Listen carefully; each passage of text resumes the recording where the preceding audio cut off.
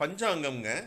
விசுவாவசு வருடம் கார்த்திகை மாதம் 27ஆம் நாள் 13/12/2025 சனிக்கிழமை. இன்று பெருமாளுக்கு உகந்த நாள். இன்னைக்கு பெருமாள் கோயில் எல்லாமே விசேஷமாக இருக்கும். இன்று நவமி திதிங்க, ராமர் பிறந்த திதி. சூளம் கிழக்கு கிழக்கு பகுதியில் உங்களுக்கு ஏதாவது வேலை இருந்தது அப்படின்னா அதுக்குள்ள ரெமடிஸ் பண்ணிவிட்டு நீங்கள் போகலாம். பிறை தேய்பிறை.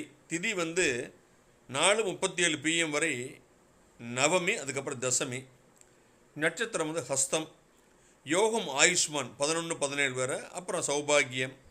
கரணம் கரசை கரணம், அதன் பிறகு 4:37 வரை, அதன் பிறகு வணிசை. ராகு காலம் 9:13 AM to 10:38 AM. குளிகை நேரம் 6:22 AM to 7:47 AM. யமகண்டம் 1:28 to 2:54. அபிஜித் காலம் 11:40 to 12:26. இன்றைக்கி நல்ல நேரம் 7:45 to 8:45 AM, 4:45 to 5:45 PM. சந்திராஷ்டமம் அவிட்டம் சதயம். இந்த நட்சத்திரக்காரங்களுக்கு இன்றைக்கி சந்திராஷ்டமம். இன்றைக்கி தேவையில்லாமல் அன்வான்டாக எதுவும் பேசக்கூடாது. அப்படியே நம்ம அமைதியாக மெயின்டைன் பண்ணிக்கிறது நல்லது. ஏன்னா பிரச்சனைகளை சண்டை சச்சரை போடுறத விட இது எனக்கு தெரிஞ்சு பெட்டராக தெரியுதுங்க. ஒரே லக்னம் உள்ளவங்க திருமணம் செய்யலாமா அப்படின்னு உண்டுவேன். ஒரே லக்னம் உள்ளவங்க திருமணம் செய்யலாமான்னு ஒரு கேள்வி. தாராளமாக செய்யலாம். சிம்ம லக்னம் மட்டும் கூடாது. ஒரே தசை நடக்கிறவங்களை திருமணம் பண்ணலாமான்னு கேள்வி வரும். தசா சந்தி கூடாது. ஒரே தசை நடப்பவங்களை ஏன் திருமணம் பண்ணக்கூடாது அப்படின்னா என்ன காரணம் அப்படின்னா, நல்லது நடந்தாலும் 2 பேருக்கு நல்லா இருக்கும், அப்போ ஏற்றுக்குவாங்க. கெட்டது நடக்கிறப்ப ஏற்றுக்கக்கூடிய மனப்பக்குவம் அவங்களுக்கு இருக்காது.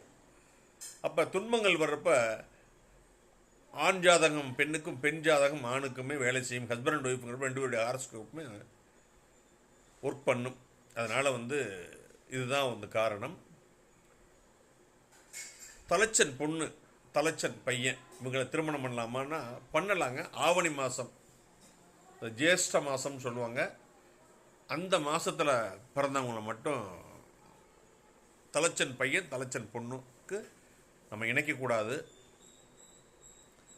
2வது திருமணம், முதல் திருமணம் முடிஞ்சு 2வது திருமணம் பண்ணாங்கனாவே, முதல் திருமணம் முடிஞ்சாவே சகல தோஷங்களும் செத்து போய்விடும் என்று சாஸ்திரங்கள் சொல்கிறது. 2வது திருமணத்துக்கு நம்ம பொருத்தம் பார்க்கணுமானா நிச்சயமாகவே நம்ம பொருத்தம் நிச்சயமாக பார்க்கணும். அபிஜித் காலத்தில் நல்ல விஷயங்களை செய்யலாம்.